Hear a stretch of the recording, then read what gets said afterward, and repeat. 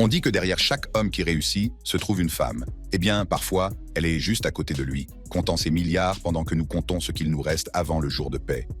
Mackenzie Scott a transformé un chagrin d'amour en milliards. Abigail Johnson gère plus d'argent avant le déjeuner que vous n'en verrez au cours de votre vie. Julia Koch a hérité de suffisamment de milliards pour rendre jaloux les enfants des fonds fiduciaires, et Savitri Jindal dirige un empire si gigantesque que votre 9 à 5 ressemble à un stand de limonade. Prêt à vous sentir fauché? Plongeons dans les épouses les plus riches du monde. Françoise Bettencourt-Meyers, 75 milliards de dollars. Françoise Bettencourt-Meyers, épouse de Jean-Pierre Meyers et petite-fille de Jeanne Schuller, n'est pas seulement mariée à l'argent, elle est l'argent. Elle est l'héritière milliardaire de L'Oréal et possède un patrimoine qui avoisine les 100 milliards de dollars. Ce n'est pas seulement de l'argent du Monopoly, c'est de l'argent qui permet d'acheter un petit pays et de le rebaptiser du nom de sa nuance de rouge à lèvres préférée. Sa participation dans L'Oréal, 33%, génère suffisamment de dividendes pour faire pâlir d'envie un banquier suisse. Née en 1953, Françoise n'a pas seulement hérité de la richesse, elle a hérité de l'innovation chimique grâce à son grand-père Eugène, son appartenance à la dynastie Bettencourt. Grand-père Eugène Schueller et de batailles de conseil d'administration grâce à son appartenance à la dynastie Bettencourt. Elle est l'auteur de livres, prouvant qu'elle est aussi à l'aise pour parler de commentaires bibliques que du cours de l'action L'Oréal. Bien entendu, la richesse dynastique est rarement exempte de drame, et les querelles de la famille Bettencourt pourraient faire honte à un feuilleton diffusé aux heures de grande écoute. Au centre de tout cela, les tristement célèbres batailles juridiques impliquant François-Marie Bagné, un scandale de 1,3 milliard d'euros autour de l'argent liquide, des œuvres d'art et des polices d'assurance. C'est un milliard avec un B, le genre d'argent qu'on n'égare pas sous le coussin d'un canapé. Après le décès de sa mère en 2017, les coffres de Françoise ont gonflé, mais il ne s'agissait pas seulement d'un héritage passif. Des investissements judicieux et les solides performances de L'Oréal ont alimenté cette hausse. En 2023, le chiffre d'affaires de L'Oréal atteindra 41 milliards d'euros, ce qui prouve que les gens sont toujours prêts à payer pour la promesse d'une jeunesse éternelle, ou du moins d'une diminution des rides. Mais elle ne se contente pas d'amasser des richesses, elle fait les gros titres pour les avoir donnés. Les 226 millions de dollars promis à Notre-Dame étaient une déclaration. Oui, je suis plus riche que Crésus. Et oui, je me soucie de préserver le patrimoine culturel. C'est assez pour reconstruire la cathédrale en feuilles d'or et avoir encore de la monnaie pour s'offrir une bonne bouteille de Bordeaux. Françoise Bettencourt-Meyers n'est pas seulement un nom sur la liste Forbes, c'est une puissance. Un membre du conseil d'administration qui dirige un empire mondial, une actionnaire importante, qui engrange des dividendes qui pourraient financer une petite nation, et une philanthrope qui a les moyens de faire une réelle différence, ou au moins de générer de bonnes relations publiques. La prochaine fois que vous prendrez votre mascara L'Oréal, n'oubliez pas que vous contribuez à la fortune d'une femme qui pourrait probablement acheter et vendre votre vie entière 1 millier de fois. Mais au moins, vous aurez des cils fabuleux pendant que vous le faites, parce que, comme le dit L'Oréal, vous en valez la peine, même s'il ne s'agit que d'une infime partie des milliards de Françoise. Alors que Françoise Bettencourt-Meyers a bâti sa fortune sur la beauté et le luxe, l'épouse suivante de notre liste s'est enrichie grâce au pétrole, aux produits chimiques et à l'une des plus grandes entreprises privées d'Amérique. Julia Koch, 74 milliards de dollars.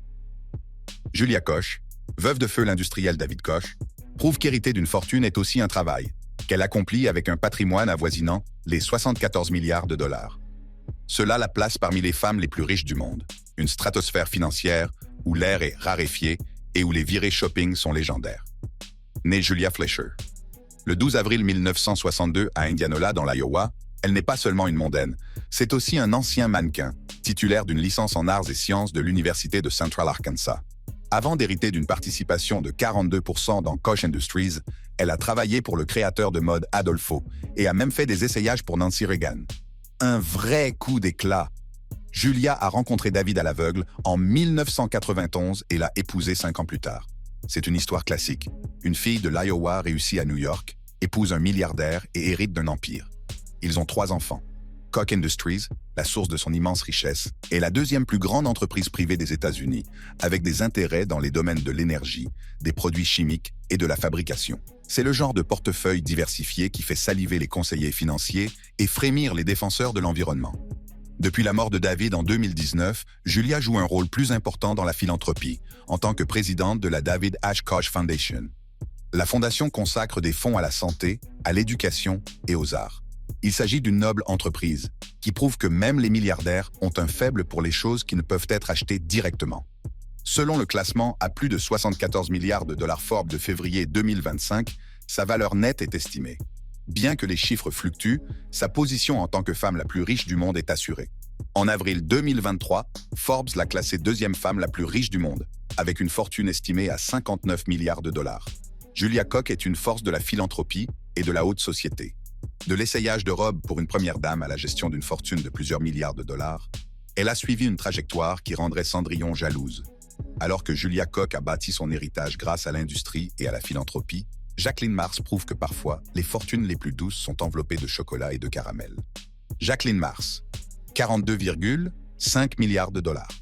Jacqueline Mars, bien qu'elle ne soit pas actuellement une épouse puisqu'elle a divorcé 2 fois, prouve qu'il n'est pas nécessaire d'avoir un mari pour bâtir un empire du bonbon, même si le fait d'être née dans un tel milieu aide certainement.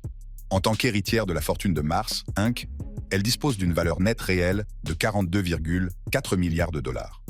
Cette somme est suffisante pour acheter environ 84,8 milliards de barres Snickers, même si nous doutons qu'elle puisse en manger autant. Née le 10 octobre 1939, Jacqueline est la petite-fille de Frank C. Mars, qui a tout commencé avec des bonbons à la crème au beurre. On ne peut qu'imaginer la ruée vers le sucre lors des réunions de famille. Elle a obtenu un diplôme d'anthropologie au Bryn Mawr College, ce qui est probablement utile pour comprendre les pulsions primaires qui poussent les gens à consommer des quantités massives de chocolat. Jacqueline a rejoint Mars, Inc.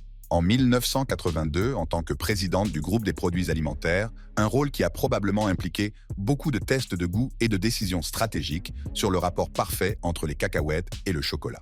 Elle a pris sa retraite en 2001, sans doute pour consacrer plus de temps à des activités philanthropiques et équestres, car lorsqu'on est aussi riche, on a besoin de passe-temps qui soient à la fois significatifs et qui impliquent des chevaux. Si la famille Mars est réputée pour sa discrétion, Jacqueline s'est mise en avant pour des actions philanthropiques, soutenant des institutions telles que le Smithsonian National Museum of American History. C'est une noble entreprise qui prouve que même les héritières de la confiserie ont un faible pour les choses qui ne sont pas faites de sucre, même si nous soupçonnons qu'elle mange encore une barre Snickers de temps en temps. Sa valeur nette estimée fluctue en fonction de l'indice que l'on consulte. L'indice Bloomberg Billionaire Index l'estime à 46,6 milliards de dollars en novembre 2023, tandis que Forbes estime sa fortune à 38,3 milliards de dollars dans son classement des femmes les plus riches en. Quoi qu'il en soit, elle se situe dans le peloton de tête des personnes les plus riches du monde. Au 12 février 2025, Forbes estime sa valeur nette en temps réel à 42,4 milliards de dollars. Jacqueline Mars est une force dans le monde des affaires, une philanthrope discrète et un rappel que les choses les plus douces de la vie viennent parfois d'un héritage de plusieurs milliards de dollars. Et tandis que le reste d'entre nous doit payer un supplément pour un Snickers, elle en a probablement un stock à vie dans son manoir, à côté d'une écurie remplie de chevaux et d'un très bon régime de soins dentaires. Alors que Jacqueline Mars a bâti un empire sur les bonbons, la suivante fait parler d'elle en donnant sa fortune plus vite qu'elle ne l'a gagnée. Mackenzie Scott, 42,1 milliards de dollars. Mackenzie Scott, ex-femme de Jeff Bezos d'Amazon, prouve que la meilleure façon de devenir l'une des femmes les plus riches du monde est parfois d'épouser un homme qui vend de tout, des livres au mixeur, puis de divorcer à l'amiable et de manière lucrative. Avec une valeur nette qui a oscillé autour de 40 milliards de dollars, aujourd'hui plus proche de 30 milliards de dollars après quelques ventes d'actions d'Amazon, Scott a pris les citrons du divorce et a fait de la limonade philanthropique à une échelle qui ferait lever un sourcil même au philanthrope le plus chevronné. Née Mackenzie Tuttle le 7 avril 1970 à San Francisco, elle n'est pas seulement milliardaire. Elle est aussi romancière, diplômée en anglais de l'université de Princeton. Elle a même travaillé aux côtés de Bezos chez D.E. Shaw, un fonds spéculatif. Et c'est elle qui l'aurait chargé de mener son entretien lors des premiers tours de table avant qu'il ne se lance dans l'aventure Amazon. C'est une rencontre qui fait penser à une synergie d'entreprise. En 1993, le couple s'est marié et a quitté son emploi pour créer Amazon. Après 25 ans de mariage, 3 fils et une fille adoptés en Chine, Jeff et Mackenzie ont annoncé leur séparation en janvier 2019. Le détail qui retient l'attention est qu'ils n'ont pas signé d'accord prénuptial. Et la logique est simple, Amazon n'existait pas encore lorsqu'ils se sont mariés. L'accord de divorce est entré dans la légende. Scott est reparti avec environ 38,3 milliards de dollars d'actions Amazon, soit une participation de 4% dans l'entreprise. 4%, il n'en faut pas plus pour que le découplage conscient de n'importe qui ressemble à une aubaine financière. Après s'être séparé de Jeff Bezos, Mackenzie Scott est tombée amoureuse d'un professeur de sciences nommé Dan Jewett, et ils se sont mariés en mars 2021. Tout le monde a été choqué de voir Mackenzie se marier avec un professeur de sciences qui enseignait à l'école Lakeside de Seattle. Malheureusement, après un an de vie commune, Mackenzie a demandé le divorce en septembre 2022 et s'est séparée de Dan Jewett en janvier 2023. Mais c'est là que l'histoire prend une tournure intéressante. Madame Scott s'est engagée à donner la majeure partie de sa fortune à des œuvres de bienfaisance. Par l'intermédiaire de son organisation, Yield Giving, elle a fait don de milliards à diverses organisations. Mackenzie Scott prouve que la meilleure revanche est parfois de vivre bien et de donner généreusement. Elle réécrit l'histoire du milliardaire divorcé. Un don à la fois. Et bien que Elon Musk s'est peut-être moqué de ses efforts philanthropiques, Madame Scott ne semble pas s'en émouvoir et poursuit sa mission en donnant sa fortune avec le genre de zèle qui fait que le reste d'entre nous se sent terriblement inadéquat. Pour aller plus loin, nous avons une milliardaire qui prouve qu'il n'est pas nécessaire d'avoir un mari pour bâtir un empire. Abigail Johnson, 39,8 milliards de dollars. Abigail Johnson prouve qu'il n'est pas nécessaire d'avoir un mari pour disposer d'une fortune qui ferait rougir Crésus lui-même. Elle est mariée à Christopher G. McCown, cofondateur et président d'une société d'information sur les soins de santé. En tant que présidente et PDG de Fidelity Investments, elle est à la tête d'un empire de 39,8 milliards de dollars. Née le 19 décembre 1961, Abigail a hérité de bons gènes et d'un don pour la finance. Son grand-père ayant fondé Fidelity Management and Research, on peut dire qu'elle est née avec un certificat d'action en argent dans la bouche. Elle a obtenu une licence en histoire de l'art, car même les milliardaires doivent savoir apprécier un bon Rembrandt. Elle a ensuite sagement obtenu un master en administration des affaires à la Harvard Business School. Madame Johnson a commencé à travailler chez Fidelity dans les années 1980, où elle a gravi les échelons depuis le service clientèle. Il est réconfortant de savoir que même les ultra-riches doivent un jour ou l'autre faire face à des clients en colère, même si nous soupçonnons que ces plaintes étaient un peu plus nuancées. En 2014, elle a accédé au poste de PDG succédant à son père. En 2016, elle est devenue présidente du conseil d'administration, ce qui lui a permis de prendre le contrôle total de Fidelity et de ses 45 000 employés. Sa principale source de revenus provient de Fidelity Investments. La famille Johnson détient 49% de la société. Abigail a également fait entrer Fidelity dans le jeu des crypto-monnaies, en permettant aux investisseurs institutionnels d'échanger du Bitcoin et de l'Ethereum. Abigail Johnson montre que le meilleur moyen de bâtir une fortune est parfois d'hériter d'un bon sens des affaires et d'un patrimoine familial qui vaut déjà des milliards. Et pendant que nous nous efforçons d'équilibrer nos chéquiers, elle est probablement en train de réfléchir à la manière de dépenser son prochain milliard, tout en étant mariée et en ayant 2 enfants. Alors qu'Abigail Johnson est en train de façonner un empire financier, l'histoire suivante montre comment une femme a bâti sa fortune grâce à un mélange d'héritage et de sens des affaires. Savitri Jindal, 34,3 milliards de dollars. Savitri Jindal, veuve de feu, O.P. Jindal et présidente émérite du groupe O.P. Jindal, prouve que le meilleur moyen de se hisser sur la liste Forbes est parfois une combinaison d'héritage, de sens aigu des affaires et peut-être d'un peu d'acier, compte tenu du secteur d'activité principal de la famille. En tant que femme la plus riche d'Inde, elle possède un patrimoine net de 34,3 milliards de dollars. Un chiffre qui pourrait inciter même les Maharajas les plus chevronnés à serrer leurs perles. Née le 20 mars 1950 à Tinsukia, dans l'Assam, Madame Jindal n'a pas toujours été destinée à figurer dans le classement Forbes 50. Elle a épousé O.P. Jindal dans les années 70 et, tandis qu'il faisait du groupe Jindal un conglomérat de l'acier et de l'énergie, elle était occupée à élever sa famille et, vraisemblablement, à apprendre les tenants et les aboutissants du monde des affaires. Elle est finalement devenue présidente du groupe après la mort prématurée de son mari dans un accident d'hélicoptère en 2005, une transition de leadership qui aurait pu faire l'objet d'un scénario dramatique à Bollywood. Le groupe Jindal est un conglomérat diversifié qui a des intérêts dans l'acier, l'électricité, le ciment et les infrastructures. C'est le genre de portefeuille qui fait saliver les analystes financiers et les écologistes. Peut-être pas. Les entreprises du groupe ont été réparties entre ses 4 fils, chacun gérant un segment distinct, ce qui prouve que même les familles de milliardaires doivent tenir compte de la dynamique de la fratrie lorsqu'elles répartissent le butin. Jindal a également tâté de la politique, en tant que ministre du gouvernement de l'Haryana et membre du Haryana Vidhan Sabha.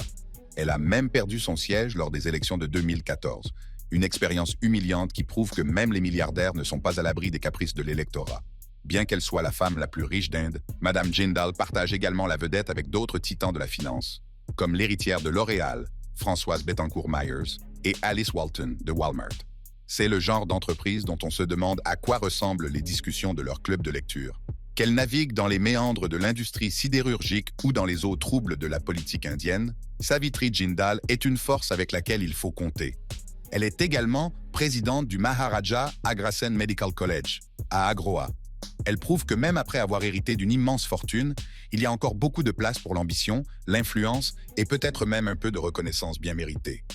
Tandis que Savitri Jindal construit son héritage, Miriam Adelson fait prospérer l'empire et la fortune de son défunt mari. Miriam Adelson, 32 milliards de dollars. Miriam Adelson, veuve du défunt magnat des casinos Sheldon Adelson, prouve que derrière chaque grande fortune se cache une femme qui en a hérité et qui sait probablement mieux compter les cartes que la plupart d'entre nous. En tant qu'Israélienne la plus riche du monde, Miriam possède 32 milliards de dollars, un chiffre si important qu'il pourrait amener même le plus aguerri des flambeurs à s'interroger sur ses choix de vie. Née Miriam Farbstein en 1945 dans ce qui était alors la Palestine mandataire, de survivants de l'Holocauste par an, elle n'est pas le genre de femme au foyer de Las Vegas. Elle a obtenu une licence en microbiologie et génétique à l'Université hébraïque de Jérusalem et un diplôme de médecine à l'école de médecine Sackler de l'Université de Tel Aviv. Avant de devenir la reine des casinos, elle était interniste en chef aux urgences de l'hôpital Rokach de Tel Aviv. Quel changement de carrière que de passer de sauver des vies à compter des jetons. Myriam a rencontré Sheldon en 1989 à l'université Rockefeller, alors qu'elle se spécialisait dans la toxicomanie. Apparemment, même les milliardaires ont besoin d'amour, ou au moins de quelqu'un avec qui partager leur empire du jeu, et peut-être offrir quelques conseils médicaux après une nuit particulièrement difficile aux tables. Ils se sont mariés en 1991. Les Adelson étaient des acteurs majeurs de la politique républicaine, donnant des sommes qui pourraient faire rougir un lobbyiste chevronné. Myriam a été vice-présidente des finances lors de Donald Trump. Investiture de « Ils ont fait don de 75 millions de dollars pour la tentative de réélection ratée de Trump », ce qui est soit un témoignage de leur conviction politique, soit le pari perdu le plus cher de l'histoire. Trump lui a décerné la médaille présidentielle de la liberté, prouvant ainsi que même les présidents apprécient les donateurs généreux, en particulier ceux qui pourraient un jour avoir besoin d'un casino sur Mars. Après la mort de Sheldon en 2021, Myriam a pris les rênes de son empire, devenant l'actionnaire majoritaire de Las Vegas Sands. Elle possède également le journal Israel Hayom et, avec sa famille, le Las Vegas Review Journal. Car qu'est-ce qu'une fortune sans un peu d'influence médiatique? C'est comme posséder tous les hôtels au Monopoly et acheter ensuite le journal pour y écrire des critiques élogieuses. Elle est également propriétaire majoritaire de l'équipe de basketball Dallas Mavericks avec son gendre Patrick Dumont. Miriam Adelson ne se contente pas de s'asseoir sur ses milliards. Par l'intermédiaire de la fondation Adelson, elle et Sheldon ont versé des centaines de millions à des causes juives et israéliennes. Quand on est aussi riche, on peut se permettre d'être philanthrope, ou du moins d'améliorer son image publique. Les Adelson ont perçu environ 10 milliards de dollars de dividendes de Sands et ont même évité la faillite de la société en 2008 en contribuant à hauteur d'1 milliard de dollars. Ainsi, qu'il s'agisse de sauver des âmes de la dépendance ou d'influencer les élections présidentielles, Miriam Adelson est une force avec laquelle il faut compter. Elle prouve que l'argent ne fait pas le bonheur, mais qu'il peut acheter bien d'autres choses, notamment une influence politique, des empires médiatiques, les Dallas Mavericks, et peut-être même une chance un peu plus grande de gagner au blackjack. Tandis que Miriam Adelson continue de façonner son empire, Iris Fontbonne a transformé un mariage solide en une puissante dynastie. Iris Fontbonne, 25,7 milliards de dollars. Iris Fontbonne, aujourd'hui veuve, prouve qu'un bon mariage peut vous assurer une vie de réussite financière, bien qu'elle soit bien plus qu'une simple épouse.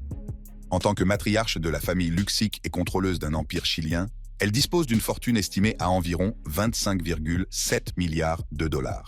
Disons simplement qu'elle n'a pas besoin d'acheter des bons de réduction, à moins qu'il ne s'agisse de savon à vaisselle en or massif. Née au Chili en 1942 ou 1943, Iris a rencontré Andrónico Luksic à Baroa alors qu'elle n'avait que 17 ans et qu'il était un peu moins Djibouti. Ils se sont mariés l'année suivante, la lançant dans un monde de mines de cuivre et de transactions financières complexes. Pendant la majeure partie de sa jeunesse, Madame Fontbonne s'est surtout impliquée dans le monde des affaires en coulisses. Elle devient la belle-mère des 5 enfants d'Andrónico. Madame Fontbonne a hérité de sa fortune après la mort de son mari en 2005, en devenant l'actionnaire majoritaire d'Antofagasta, l'une des plus grandes sociétés minières de cuivre au monde. Elle est devenue l'actionnaire majoritaire d'Antofagasta, l'une des plus grandes sociétés minières de cuivre au monde, devenant ainsi la personne la plus riche du Chili, titre qu'elle conserve encore aujourd'hui. Son fils, Jean-Paul Luksic, dirige Antofagasta PLC, l'une des plus grandes sociétés minières du monde. Les 3 enfants de sexe masculin ont repris les différentes parties de l'empire commercial. Mais son sens des affaires ne s'arrête pas là. Madame Fontbona contrôle également, par l'intermédiaire de Kinyenco, la Banco de Chile, Madeco, un fabricant de produits en cuivre, CCU, le plus grand brasseur du pays, et le géant du transport maritime, CSAV, la 16e compagnie maritime au monde en termes de VP. Elle possède des chaînes d'hôtels de luxe et un complexe hôtelier de luxe en Croatie. Et si elle s'ennuie avec tout cela, elle a également acquis une participation de 70% dans la chaîne de télévision chilienne Canal 13. En général, la plupart des décisions commerciales importantes concernant les entreprises dans lesquelles elle détient une participation doivent être prises par Madame Fontbona, même si ce sont ses fils qui gèrent principalement les affaires courantes des entreprises.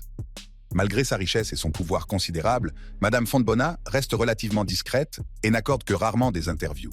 Elle passe son temps entre ses résidences de Vitacura, Santiago du Chili, Belgravia à Londres et le Liechtenstein. Elle est une fervente adepte de la foi catholique romaine.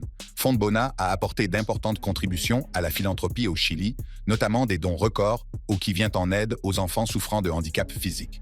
Elle a fait don de 3,1 milliards de dollars chiliens en 2015 et de 4,4 milliards de dollars chiliens en 2016, établissant ainsi de nouveaux records pour cet événement caritatif. Suzanne Klatten, qui façonne l'économie allemande 1 milliard à la fois. Suzanne Klatten, 24,1 milliards de dollars. Suzanne Klatten n'est pas seulement l'épouse de quelqu'un, elle est le moteur financier d'une grande partie de l'économie allemande, ce qui prouve que certains héritages se construisent, et non pas seulement se transmettent. Avec une fortune de 24,1 milliards de dollars, l'empreinte financière de cette femme est plus importante que celle de nombreuses petites nations.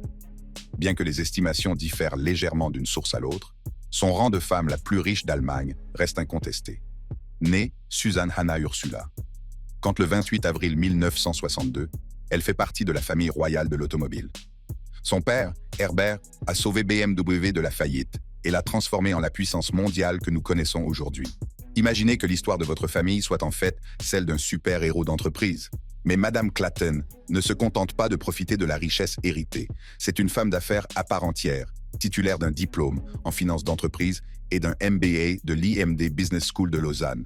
Avant de diriger des empires, elle a affiné ses compétences au sein de l'agence de publicité Young et Rubicam et a habilement travaillé incognito sous le nom de Suzanne Kant dans diverses banques et sociétés de conseil, peut-être pour éviter que son travail ne soit soumis aux rabais accordés aux héritières.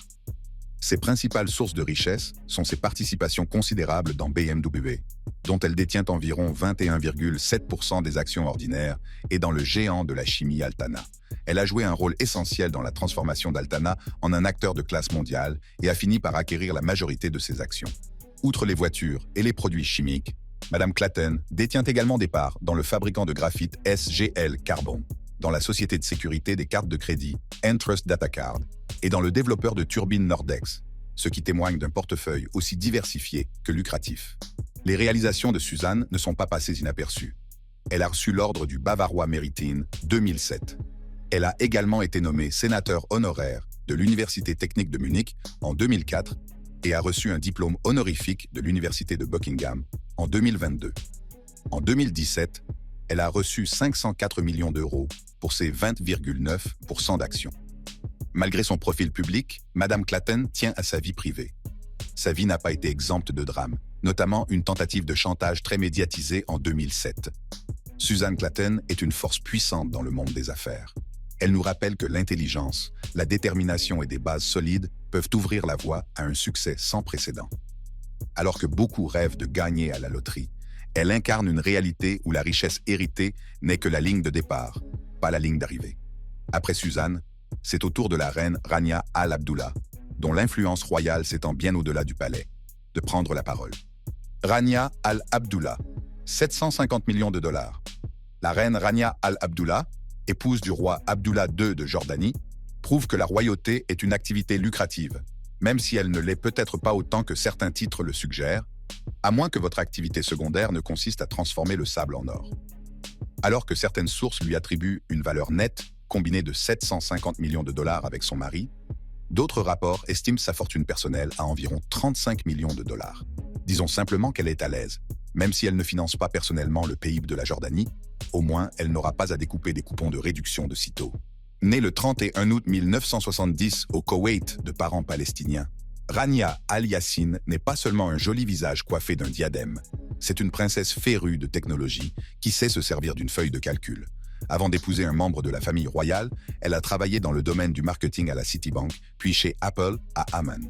Une belle évolution de carrière. Elle a rencontré le prince Abdullah bin Al-Hussein lors d'un dîner en janvier 1993 et s'est mariée 6 mois plus tard. C'est une histoire d'amour fulgurante qui aboutit à une vie de fonction royale et de garde-robe de créateur. Depuis son accession au trône en 1999, la reine Rania est devenue une icône mondiale, connue pour son action humanitaire, son plaidoyer en faveur de l'éducation et son style impeccable. Elle défend des causes progressistes dans les domaines de l'éducation, de l'émancipation des femmes et du développement de la jeunesse, prouvant ainsi que l'on peut porter un diadème tout en étant une force pour le bien. Les finances de la monarchie jordanienne sont entourées d'une certaine dose de mystère, mais un coup d'œil derrière le rideau a été donné par la fuite des Pandora Papers en 2020 et a révélé que le roi Abdallah et la reine Rania possédaient au moins 140 millions de dollars de biens immobiliers dans le monde entier.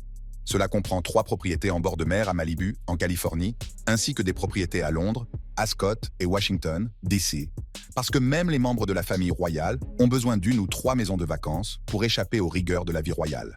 Toutefois, il faut savoir qu'environ un quart de la population jordanienne vit dans la pauvreté, si bien que ses propriétés au bord de l'océan sont peut-être accompagnées d'une optique un peu gênante.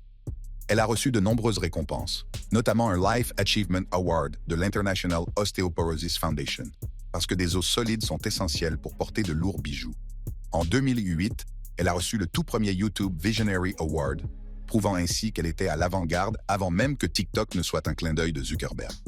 Qu'elle fréquente les dirigeants du monde entier ou qu'elle défende les droits de la jeunesse jordanienne, la reine Rania s'est taillé un rôle de souveraine moderne et avant-gardiste.